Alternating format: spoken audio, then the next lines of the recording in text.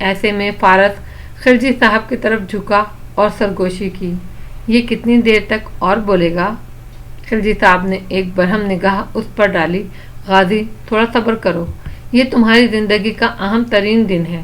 4 سال سے تم قید میں پڑے ہو، آج تم یا تو رہا ہو جاؤ گے یا پھانسی چڑھو گے، اس لیے فی الوقت دعا کرو۔ اچھا، اس نے تابعداری سے سر ہلایا، لیکن یہ ابھی کتنی دیر اور بولے گا؟ خلجی صاحب نے گہرا سانس لیا۔ کتنی دیر بھی بولے گا تمہیں اس کو سننا ہوگا۔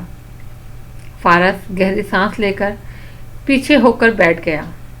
گواہوں کے اپنے ہی بیانات سے پھر جانے اور بہت سے گواہان کے پیش نہ ہونے کے باعث عدالت کے لیے فیصلہ کرنا آسان ہو گیا ہے۔ جج صاحب کی آواز گونج رہی تھی۔ وہ اینک ناک پر دھرے، چہرہ جھکائے نکات پڑھ پڑھ کر سنا رہے تھے۔ ناکافی گواہیوں اور عدم ثبوت کے باعث فارس قاضی پر لگے الزامات میں شک پیدا ہو گیا ہے۔ استغاثہ کے ثبوت گو کہ اپنی جگہ ٹھوس ہیں، لیکن وہ کسی صورت بھی ریزنیبل ڈیبیٹ سے مستثنیٰ نہیں ہیں۔ اس لیے عدالت ہمیشہ کی طرح شک کا فائدہ ملزم فارس طاہر غازی کو ہی دینے جا رہی ہے۔ فارس اب منہ میں مسلسل کچھ چباتا کھڑکی سے چھن کر آتی دھوپ کو دیکھ رہا تھا۔ اس کی سنہری آنکھیں روشنی کی کرنوں کے باعث جلتے بجھتے دیوں جیسی لگ رہی تھیں۔ اس زمن میں فارس غازی ولد طاہر غازی اپنی بیوی زرتاشا غازی اور ستیلے بھائی وارث غازی کے قتل کے کیس میں مجرم ثابت نہیں ہوتا۔ اس لیے معزز عدالت فارس غازی کے اوپر لگے تمام چارجز مسترد کر کے پولیس کو ان کو باعزت بری کرنے کا حکم جاری کرتی ہے، نیز اس کیس سے اور اس کے الزامات سے ہمیشہ کے لیے ملزم کو بری قرار دیتی ہے۔ خلجی صاحب اور ان کے ساتھی وکلا بے اختیار کھڑے ہوئے۔ وہ ایک دوسرے سے گلے مل رہے تھے۔ استغاثہ کے بینچ پر ایک بیزاری سی طاری تھی۔ وہ حیران بھی تھے اور بددل بھی۔ خاموشی مجروح ہوئی۔ جج صاحب فیصلہ سنا کر اٹھ کر جا رہے تھے۔ آوازیں بلند ہو رہی تھیں اور ایسے میں خلجی صاحب نے ایک دم اسے ڈھونڈنا چاہا تو دیکھا وہ چپ چاپ کمرہ عدالت سے باہر جا رہا تھا۔ وہ اس کے پیچھے لپکے، ان کا چہرہ فرتے جذبات سے تمتما رہا تھا۔ راہداری میں انہوں نے اسے جا لیا۔ وہ سپاہیوں کے میت میں جا رہا تھا، مگر اس کو ہتکڑی نہیں لگائی گئی تھی۔ مبارک ہو غازی، وہ اس کے گلے ملے، پھر الگ ہوئے۔ سعدی نے بہت محنت کی تمہارے کیس کے لیے، تمہیں بہت مبارک ہو، تم رہا ہو گئے ہو۔ WGO پر D کے قانون کے تحت اب کبھی بھی ان 2 قتلوں کا مقدمہ تمہارے اوپر نہیں چلایا جائے گا۔ افسوس، فارس نے ہولے سے سر جھٹکا۔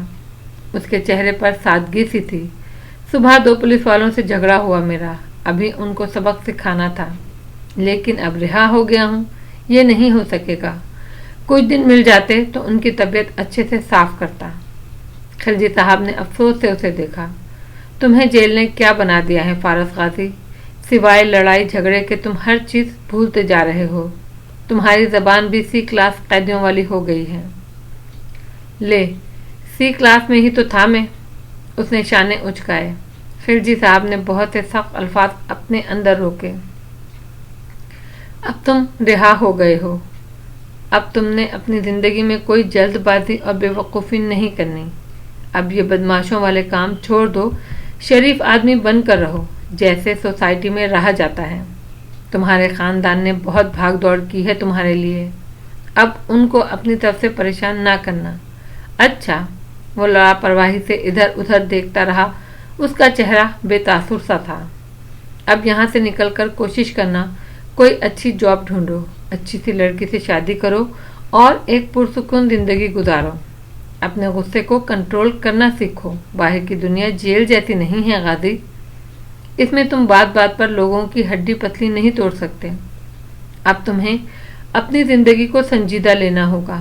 پھر رک کر اسے دیکھا۔ کچھ پوچھو گے نہیں اپنے کیس کے بارے میں؟ فارس نے سنجیدگی سے انہیں دیکھا۔ فیس مل گئی آپ کو ابھی یا نہیں؟ خلجی صاحب نے گویا پورا مان کر اس کا چہرہ دیکھا، جو بالکل سپاٹ تھا، جیسے کسی بات کا کوئی اثر ہی نہ ہوا ہو۔ اس سے پہلے وہ کچھ کہتے، انہوں نے یکایک کچھ محسوس کیا۔ جیسے ایک لمحے کے لیے کچھ بدلا تھا فارس کی نگاہوں کا رخ۔ وہ اس کے کاندھے کے پیچھے کسی کو دیکھ رہا تھا اور اس کی آنکھوں کی ساری کیفیت بدل گئی تھی۔ خلجی صاحب نے پلٹ کر دیکھا۔ راہداری میں بہت سے لوگ چلتے جا رہے تھے، ان میں وہ بھی تھی، گھنگریالے بالوں والی پراسیکیوٹر جس کی ناک میں ہیرے کی ایک لونگ دمک رہی تھی۔ وہ دو عورتوں کے ہمراہ چلتی سیر میں دیکھتی آگے جا رہی تھی۔ فارس کے قریب سے گزری تو نگاہ اٹھی۔ اس کی آنکھیں بھوری تھیں، ایک ثانیے کو بھوری آنکھیں سنہری آنکھوں سے ملیں، پھر وہ آگے بڑھ گئی۔ فارس قاضی کا چہرہ ایک پل میں بالکل بدل گیا، جیسے وہ کوئی اور انسان ہو، لیکن اگلے ہی پل وہ واپس ویسا ہی ہو گیا اور سر جھٹک کر دوسری سمت میں ہو لیا۔ خلجی صاحب نے بہت دفعہ ان دونوں کو راہداریوں اور برآمدوں میں ایک دوسرے کے پاس سے گزرتے دیکھا تھا۔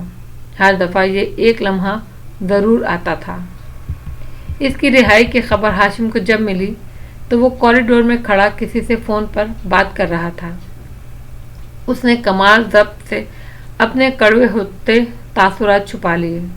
وہ ابھی اتنا مصروف تھا کہ ایک دم ری ایکٹ نہیں کر سکتا تھا، البتہ اس نے خود سے عہد کیا کہ اگر اس میں سعدی کا ہاتھ ہے تو اسے اس کا حساب دینا ہوگا، اور توجہ زمر کی طرف مبذول کر دی، جو سامنے سے فائل کے صفحے سرسراتے انداز میں پلٹتی تیز تیز اس طرف آ رہی تھی۔ ایک معمر خاتون اور ایک دوپٹہ اوڑھے نوجوان لڑکی بھی اس کے ہمراہ تھی۔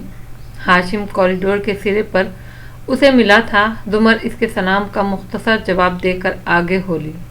وہ بنا کچھ کہے ساتھ چلنے لگا۔ ایک کریو کٹ والا نوجوان اس کے بائیں جانب تھا۔ کورٹ روم تک یہ واک خاموشی سے کٹ جاتی اگر ہاشم کی کسی بات کے جواب میں وہ نوجوان بگڑے تاثرات سے یہ نہ کہتا، انہیں میرا شکر گزار ہونا چاہیے کہ میں رقم ادا کر رہا ہوں، ورنہ کورٹ میں یہ مجھے ریپسٹ ثابت نہیں کر سکتے۔ ساتھ ہی دبے دبے غصے سے اس لڑکی کو دیکھا۔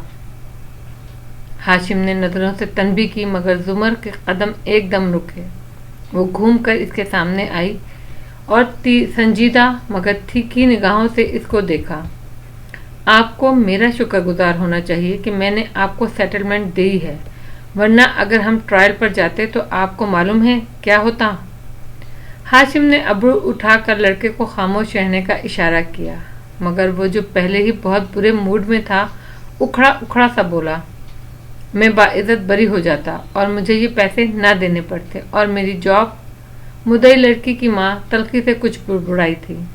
ہاشم نے لڑکے کو ہاتھ اٹھا کر خاموش کیا اور زمر کو دیکھ کر سنجیدگی سے بولا، میڈم پروسیکیوٹر، میں آپ کو بتاتا ہوں کہ ٹرائل پہ جانے کے بعد کیا ہوگا۔ الفاظ کی سنجیدگی کے باوجود ہاشم کی مسکراہٹ برقرار تھی۔ 12 سال، کم سے کم بھی 12 سال کیس عدالت میں چلے گا اور کچھ ثابت نہیں ہوگا۔ ثنا نے فرید کو خود وہاں بلایا تھا، میرے پاس اس کے ٹیکسٹ میسیجز کا ریکارڈ ہے، اور اس بات سے ثنا انکار نہیں کر رہی کہ اس کا چھوٹا موٹا صحیح مگر افیئر تھا۔ تو نہ صرف میں عدالت میں اس افیئر کے ثبوت پیش کروں گا بلکہ 10 ایسے لوگوں کو بھی لاؤں گا جن کو اس لڑکی نے زندگی میں کبھی دیکھا بھی نہیں ہوگا، اور وہ قرآن پر ہاتھ رکھ کر کہیں گے کہ یہ ان کے ساتھ بھی یہی کر چکی ہے۔ میں اس کو عدالت میں پیشہ ور عورت ثابت کر کے دکھاؤں گا۔ اس کا خاندان اور محلہ اس کو ڈس آن کر دے گا، کوئی اس سے شادی نہیں کرے گا، اور 12 سال بعد آخری پیشی پر جب یہ رہا ہو جائے گی تو اس کے پاس نہ شوہر ہوگا نہ بچے۔ اس لیے آپ کو واقعی ہمارا شکر گزار ہونا چاہیے کہ ہم نے آپ کو سیٹلمنٹ دی ہے۔ فرید نے فخریہ مسکرا کر ہاشم کو دیکھا۔ ثنا کی ماں نے لبوں میں کوئی بددعا بڑبڑائی۔ ثنا کے چہرے کا رنگ بدل چکا تھا۔ زمر ہلکا سا مسکرائی اور نفی میں سر ہلایا۔ اصل میں ہوگا یہ ہاشم صاحب کہ جب کیس ٹرائل پر جائے گا تو میں اسے ٹرائل تک نہیں رکھوں گی، پہلے مہینے ہی میں پوری سٹوری میڈیا پر لیک کر دوں گی۔ یہ شام کے اخبار کی سرخی جتنا کیس 9 بجے کی خبروں میں آئے گا، 8 اور 10 بجے والے ٹاک شوز اس پر بات کریں گے۔ ثنا کو مارننگ شوز پر بلایا جائے گا جہاں یہ میل شاونسٹ قسم کے خواتین کے ساتھ بیٹھ کر ظلم کی پوری داستان سنائے گی۔ NGOs اس کے لیے واک کریں گی، یہ انٹرنیشنل سیمینارز پر مدعو ہوگی۔ اینٹی آرمی طبقہ اس کو فرید کی ثنا کے ساتھ نہیں بلکہ ایک جرنیل کے بیٹے کی ایک مظلوم لڑکی کے ساتھ زیادتی بنا دے گا، اور تمہارا فرید کی طرف رخ کرتے ہوئے اس نے بات جاری رکھی، سوشل سرکل تمہیں آؤٹ کر دے گا، تمہارا باس تمہاری رپورٹ پر مشکوک الفاظ لکھے گا، کوئی بھی لڑکی تم سے شادی کرنے سے پہلے 100 دفعہ سوچے گی، کیونکہ قاتل کو لوگ قبول کر لیتے ہیں، بدکار کو نہیں۔ میں ثنا کو ایک اسٹار بنا دوں گی، اور 12 سال بعد تم کیس جیت بھی جاؤ تو تم بہت کچھ ہار چکے ہوگے، اور وہ ہارے ہوئے رشتے تمہیں یہ تمہارا 50,000 کا ہیئر کٹ اور 2.5 لاکھ کے سوٹ پہنے کھڑا وکیل واپس نہیں لا کر دے گا۔ اگر میں تمہاری جگہ ہوتی تو پروسیکیوٹر کے سامنے اپنے منہ سے نکلنے والے الفاظ روک لیتی۔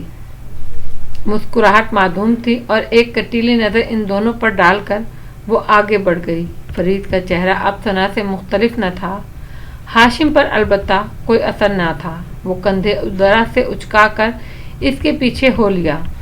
اس نے پیپر مکمل کر لیا تھا اور اب امتحانی دورانیہ ختم ہونے میں 15 منٹ تھے، جب تک ممتحن ٹیچر نے اسے وہیں بیٹھے رہنے کو کہا تھا۔ حنین پرچہ الٹا رکھ کر بیٹھی، لکھ لکھ کر دکھتی انگلیوں پر جن پہ کہیں کہیں انک بھی لگی تھی سہلا رہی تھی۔ اسے پیپر کر کے پڑھنے کی عادت نہ تھی، اور بعد میں باہر لڑکیوں کے گروپ میں کھڑے ہو کر ایک ایک جواب ملانے سے تو وہ بھاگتی تھی، آدھے جواب تو وہیں غلط نکل آتے تھے۔ بس 3 پرچے مزید اور پھر BA ختم، شکر، اس نے خود کو تسلی دی۔ پھر ادھر ادھر دیکھا، لڑکیاں سر جھکائے دھڑا دھڑ لکھے جا رہی تھیں۔ امتحانی عملے کی خواتین کڑی نگاہوں سے انہیں دیکھتی ٹہل رہی تھیں۔ حنین کی نظریں روشن دان تک گئیں۔ 3 3 3 1 ٹوٹل ہوئے 10۔ وہ اس طرح کھڑکیاں، دروازے، سڑک کنارے درخت گنا کرتی تھی، اور وہ بھی 10 کے گروپ بنا کر پھر سے شروع کرتی۔ سارے دروازے گن کر اس نے ایک خشک سیاہی والا پین نکالا اور اس کی نب کو کرسی کے بازو پر رگڑ کر اندیکھے الفاظ لکھنے لگی۔ وہ عموماً پھول بناتی تھی یا تکون، اور پھر اپنا نام لکھنا شروع ہو جاتی، حنین یوسف، حنین یوسف۔ لاشعوری طور پہ اس کے بنا سیاہی کے قلم نے لکھنا شروع کیا، ہاشم کاردار، ہاشم۔ وہ ایک دم چونکی، پھر قدرے گھبراہٹ سے ادھر ادھر دیکھا، چہرے کا رنگ تھوڑا سا سرخ ہوا، بے چینی سے ماتھے پہ گرے بال ٹھیک کیے، جو بات کبھی کسی سے نہ کہی وہ اچانک باہر نکل آئے۔ جیسے بھرا ہوا گلاس چھلک جاتا ہے تو انسان اپنے ہی ہاتھوں سے ڈرنے لگتا ہے۔ اس نے قلم رکھ دیا، پھر آنکھیں بند کی۔ نظروں کے سامنے وہ چند لمحات، چند گھڑیاں گزریں جب اس نے کبھی ہاشم کو دیکھا تھا یا اس سے ملی تھی۔ خاندانی دعوت تہوار، وہ ان کی ماں کے سوتیلے بھائی کا فرسٹ کزن تھا، ہر وقت مسکراتا ہوا، بہت شاندار اور متاثر کن، مگر ایک دور کا رشتہ دار۔ ان کے قریب کھڑے ہو کر اس کو دیکھنا ایسے تھا جیسے وہ بندہ آئیفل ٹاور کے نیچے ہجوم میں کھڑا ہو، مگر اب آئیفل ٹاور تک گئے بھی کتنا عرصہ ہو گیا تھا۔ خاندان میں دور دور تک کوئی ایسی تقریب ہی نہیں ہوئی جس میں اس کی ایک جھلک بھی نظر آ جاتی۔ پتہ نہیں کب دوبارہ اسے دیکھے گی وہ۔ اس نے بے دلی سے سوچا اور خشک نب سے بنے تو کون پھر سے بنانے لگی، پھر سے پھول اور حنین اور پھر سے ہاشم۔ ہاشم نے دروازے پر دستک دی اور پھر ہینڈل پکڑ کر دھکیلا۔ اندر آفس میں پرسکون خاموشی تھی۔ وہ اپنی کرسی پر بیٹھی تھرماس سے پیالے میں چائے انڈیل رہی تھی۔ قریب ہی فائلز اور موٹی سیاہ جلد والی کتابیں کھلی رکھی تھیں۔ زمر نے بس ایک نظر اسے دیکھا، پھر خاموشی سے چینی دان اٹھایا۔ مجھے چائے پھیکی پسند ہے، ہاشم نے مسکرا کر کہتے ہوئے منع کیا۔ دروازہ بند کر کے اندر آیا، کرسی کھینچی، ٹانگ پہ ٹانگ رکھ کر بیٹھا، کوٹ کا بٹن کھولا اور اس کے آگے سے پیالی اٹھا کر لبوں سے لگائی۔ زمر نے ابرو اچکا کر چینی دان واپس رکھ دیا اور فائل کے صفحے پلٹنے لگی۔ 2-3 گھونٹ بھر کے ہاشم نے پیالی میز پر رکھی، پھر خوشگوار مسکراہٹ سے اس کو دیکھ کر بولا، اب ہم ٹھیک ہیں آپس میں، آپ کو کیا لگتا ہے؟ وہ فائل پر چہرہ جھکائے سنجیدگی سے بولی، شاید نہیں، کیونکہ جس طرح ابھی باہر آپ میرے ہیئر کٹ اور سوٹ کے درمیان میں لائیں۔ ہاشم نے ذرا سے شانے اچکائے۔ اس پہ میں صرف اتنا کہوں گا کہ آپ ایک منتقم مزاج خاتون ہیں۔ اس نے نگاہیں اٹھا کر سنجیدگی سے ہاشم کو دیکھا۔ اگر اگلی دفعہ آپ نے کسی کو یوں میرے سامنے ہراساں کرنے کی کوشش کی تو ہم اس کے بعد ٹھیک نہیں ہوں گے۔ Is that clear? Crystal clear. Hashim نے پیالی سے دوبارہ خون بھرتے ہوئے مسکرا کر اس کا چہرہ دیکھا۔ اس کے گھنگریالے بال کیچر میں آدھے بندھے تھے، ناک کی لونگ چمک رہی تھی اور سکڑی ہوئی آنکھوں میں ٹھنڈی سی بے رحمی تھی۔ میں اپنی جاب کر رہا تھا، پھر بھی معافی مانگتا ہوں، آپ کو مانگنی بھی چاہیے۔ وہ پھر سے فائل کی طرف متوجہ ہو گئی۔ چند لمحوں کے لیے ہاشم کچھ نہ بولا تو زمر نے سر اٹھا کر اسے دیکھا۔ مجھے یقین ہے آپ صرف سوری کرنے نہیں آئے، آپ کو کوئی فیور چاہیے؟ فائل بند کر کے وہ پیچھے ہو کر بیٹھی۔ کہیے، میں سن رہی ہوں۔ ہاشم نے مسکرا کر ایک پیپر بیگ سامنے رکھا۔ زمر نے اسے کھولا، اندر سے ایک کارڈ نکالا۔ کیا آپ دوبارہ شادی کر رہے ہیں؟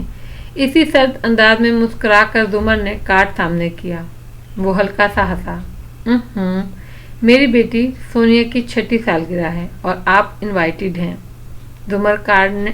زمر نے کارڈ دیکھا۔ وہ مستطیل ڈبے میں رکھا تھا، کسی شیلڈ کی طرح۔ سب سیاہ تھا اور سامنے سنہرے ربن سے بنا وہ ڈھکن کا ڈبہ بند ہوتا تھا۔ اندر ایک چھوٹا RSVP کارڈ بھی رکھا تھا، جس کی ایک سطر میں شرکت کرنے کی حامی اور دوسرے میں معذرت تھی، اور وہ دونوں کے آگے خالی خانے بنے تھے۔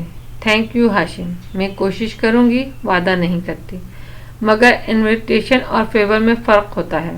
اس نے کارڈ بے نیازی سے میز پہ ڈال کر اسی ٹھنڈے پرسکون انداز میں پوچھا۔ ہاشم نے ابرو سے پیپر بیگ کی طرف اشارہ کیا۔ زمر نے دیکھا اس میں ایک اور کارڈ بھی تھا۔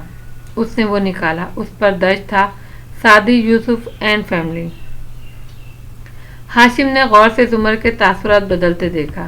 اس کی آنکھوں میں تکلیف ابھری، چہرے پر مضطرب سا احساس نمایاں ہوا، پھر وہی خاموشی۔ اس نے بے تاثر آنکھوں سے ہاشم کو سوالیہ انداز میں دیکھا۔ آپ اسے کوریئر کر دیں یا ہینڈ ڈیلیور؟ نہ وہ میرے کوریئر کرنے سے آئے گا، نہ خود بلانے سے، مگر آپ کہیں گی تو وہ آئے گا۔ زمر نے دھیرے سے شانے اچکائے۔ میں اسے بھجوا دوں گی، کہلوا بھی دوں گی، مگر وہ اپنی مرضی کا مالک ہے۔ آپ کسی کو مجبور تو نہیں کر سکتے نا؟ وہ پہلے جیسے انداز میں بول رہی تھی، مگر سمندر میں پتھر پھینکنے کے بعد کے بنتے دائرے ابھی تک پھیل رہے تھے۔ نہ میں آج پیدا ہوا ہوں، نہ آپ۔ ہم دونوں جانتے ہیں وہ آپ کا کہا نہیں ٹالے گا۔ ہاشم ذرا آگے ہوا۔ اس کی آنکھوں میں گہری سنجیدگی تھی۔ سعدی کو میری پارٹی میں ہونا چاہیے، کس طرح آپ اسے وہاں لائیں گی؟ زمر نے جواب دیا۔ زمر نے جواب نہیں دیا، وہ بس کارڈ کو دیکھتی رہی۔ ہاشم کپ اٹھا کر واپس پیچھے ہوا اور اس کے چہرے کو مسکرا کر پڑھتے ہوئے نرمی سے پوچھا، وہ کیا کر رہا ہے آج کل؟ جاب۔ وہ کسی سوچ میں تھی۔ ہاشم خاموش رہا۔ چائے ٹھنڈی ہو چکی تھی۔ اس نے پھر بھی آخری گھونٹ اندر انڈیلا اور ذرا آواز سے پیالی رکھی۔ زمر نے نظریں اٹھا کر اسے دیکھا اور ہلکے سے اسبات میں سر ہلایا۔ آپ ابھی تک یہی ہیں، یعنی آپ کو کوئی اور فیور بھی چاہیے؟ ہاشم نے مسکرا کر سر کو خم دیا اور بولنے کے لیے لب کھولے کہ میرا جواب انکار ہے۔ زمر نے کہا۔ وہ کچھ کہتے کہتے رک گیا۔ ابھی میں نے کچھ کہا ہی نہیں۔ میں جانتی ہوں آپ کیا کہنا چاہتے ہیں۔ دائرے اب پھیل پھیل کر مٹ چکے تھے اور وہ سنبھل چکی تھی۔ آپ کو سرکار بنام عبدالغفور حیدر میں سیٹلمنٹ چاہیے، مگر نہیں، ہم ٹرائل پر جا رہے ہیں۔ ہاشم کی مسکراہٹ غائب ہو گئی۔ اس نے واقعی حیرت سے ابرو اٹھائے۔ لیکن یہ ایک ایکسیڈنٹ تھا، غلطی ڈرائیور کی نہیں تھی، پھر بھی وہ دیت دینے کو تیار ہے۔ وہ ایک 16 سال کی لڑکی تھی جو اس ایکسیڈنٹ میں مر گئی ہے۔ ہاشم، ہم ٹرائل پر جا رہے ہیں۔ اگر لڑکی کا خاندان دیت لینے پر راضی ہو گیا تب پراسیکیوٹر کا کیا خیال ہوگا؟ تب پراسیکیوٹر اپنی جیب سے دیت جتنی رقم ادا کر کے